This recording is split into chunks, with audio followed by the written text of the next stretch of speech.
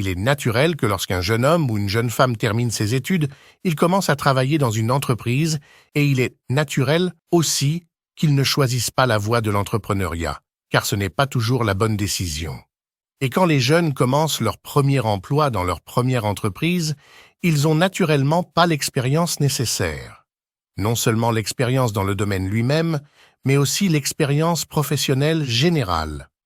Comment communiquer avec leurs collègues, comment traiter avec leurs responsables, comment proposer leurs idées et comment corriger leurs erreurs. Et bien sûr, ce parcours commence par beaucoup d'erreurs.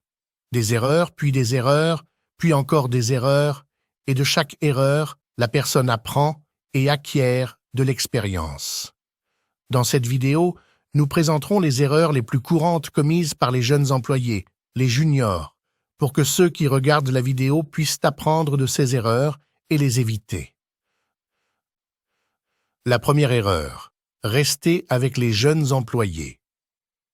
Certains nouveaux employés arrivent dans l'entreprise et cherchent directement des personnes qui leur ressemblent, les jeunes et les nouveaux dans l'entreprise. Ils forment une petite colonie et passent la plupart de leur temps ensemble. C'est quelque chose de confortable de passer du temps avec des personnes de son âge, la compréhension est plus facile et les relations peuvent s'étendre au-delà du travail. Mais ce n'est pas dans ce cercle que vous trouverez la connaissance et l'expérience qui vous feront progresser. Bien au contraire. Si vous voulez ces choses, vous devez vous rapprocher des anciens, ceux qui ont de l'âge et des années de travail. Ce sont ces personnes qui vous donneront les clés de la connaissance, que ce soit sur le domaine, sur l'entreprise elle-même ou sur le travail en général. Deuxième erreur, ne pas demander de l'aide. Il est normal que lorsque vous commencez à travailler sur un nouveau produit ou avec une nouvelle technologie, de vous sentir perdu. Ce qui se passe généralement, c'est que votre manager et vos collègues vous expliquent les choses de manière superficielle, pensant que vous allez comprendre. C'est pas de mauvaise foi, mais parce qu'il leur est difficile de réaliser la complexité de comprendre un projet sur lequel ils travaillent depuis des années pour les autres. Dans cette situation, ce que vous devez faire, c'est demander de l'aide de manière personnelle et directe à l'un de vos collègues. Il acceptera souvent de vous aider avec plaisir. Vous ne profiterez pas seulement de ces explications, mais vous établirez aussi, indirectement, une relation avec ce collègue. Ne soyez pas insistant ou lourd dans votre demande. S'il est occupé, laissez-le revenir vers vous plus tard. Troisième erreur, poser des questions avant de chercher par soi-même. C'est une erreur que j'ai commise lors de ma première expérience professionnelle. Quand j'étais stagiaire dans une entreprise, j'ai posé une question en réunion sur un truc similaire au langage de programmation. La réponse du manager a été rapide et devant tout le monde. Tu peux poser cette question à Google, nous n'allons pas perdre de temps maintenant à t'expliquer ce que c'est. Il a agi spontanément, mais sa réponse m'a gêné devant les autres et m'a appris une leçon que je veux que tu retiennes bien. Ne demande rien à personne avant d'avoir cherché par toi-même, sur Google, ChatGPT ou toute autre source disponible. Ensuite, soit tu n'auras plus besoin de poser la question, soit tu la poserais, mais tu seras alors plus rapide à comprendre et à interagir avec l'explication. Quatrième erreur, le manque de confiance et d'initiative. Il est naturel de se sentir différent lorsque tu arrives dans un nouveau milieu.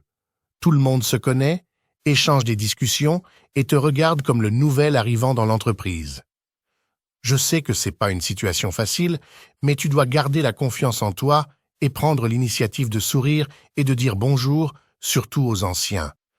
C'est toi le nouveau et c'est à toi de briser la barrière sociale entre toi et les autres, pas l'inverse. Prends plus d'initiatives au début, mais de manière raisonnable et naturelle. Cinquième erreur, l'excès de confiance en soi. Cette erreur est le contraire de la précédente. Elle s'agit des personnes qui arrivent dans l'entreprise avec une confiance aveugle. Ils sont souvent souriants et sociables de nature. Cependant, un excès de confiance peut attirer des regards qu'il vaut mieux éviter. Un tel comportement peut te faire briller plus que nécessaire, au point de faire de l'ombre à ceux qui sont au-dessus de toi. Évidemment, cela ne leur plaira pas et ils feront tout pour t'éloigner.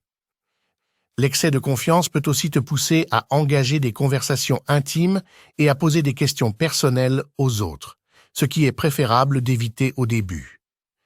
Il est donc essentiel de trouver un équilibre entre l'excès de confiance et le manque de confiance en soi et de se comporter de manière naturelle et équilibrée.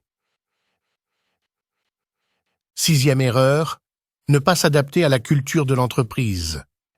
Chaque entreprise a sa propre culture. Les employés ont une certaine routine à laquelle ils sont attachés. Il est naturel que ce soit à toi de t'adapter à cette culture, et pas l'inverse. Par exemple, si tes collègues prennent une pause à 10 heures, fais de même. S'il y a une tradition où chaque semaine un membre de l'équipe invite tout le monde à déjeuner, intègre-toi dans le jeu et fais de même.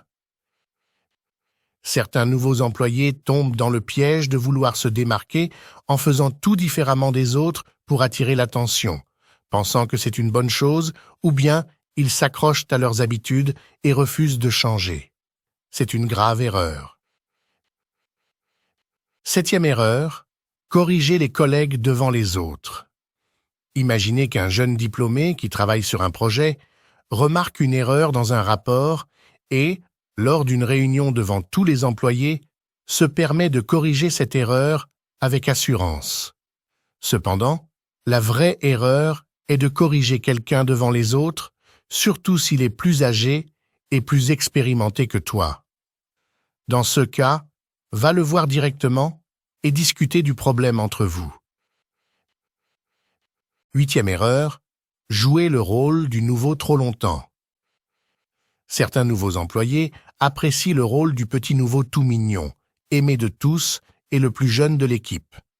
Ils ne se voient pas porter de grandes responsabilités et leurs erreurs sont souvent ignorées.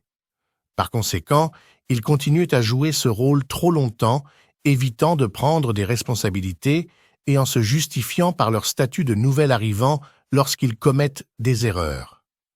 Tant qu'ils jouent ce rôle, ils ne monteront jamais en grade et ne gagneront pas la confiance des dirigeants. Alors, sors de ce rôle dès que possible et présente-toi comme une personne responsable et compétente, capable de gérer les choses par toi-même. 9e erreur, rester dans la même entreprise. Dès que tu commences à travailler dans ta première entreprise, tu dois comprendre que, peu importe combien de temps tu restes avec eux, et peu importe le nombre de projets que tu accomplis et l'expérience que tu gagnes, certains collègues continueront à te regarder comme le petit nouveau qui a commencé à apprendre chez eux. Même après 10 ans, cette perception est difficile à changer. Cela peut affecter ta carrière et même ton salaire. Il est donc important de penser un jour à changer d'entreprise, une entreprise où tu arriveras en tant que professionnel expérimenté venant d'une autre société et non comme un jeune diplômé. Évite donc l'erreur de rester trop longtemps dans la même entreprise. Enfin, si vous trouvez que cette vidéo a apporté de la valeur à votre vie, laissez-nous un like et allez regarder l'une des 2 vidéos qui s'affichent à l'écran.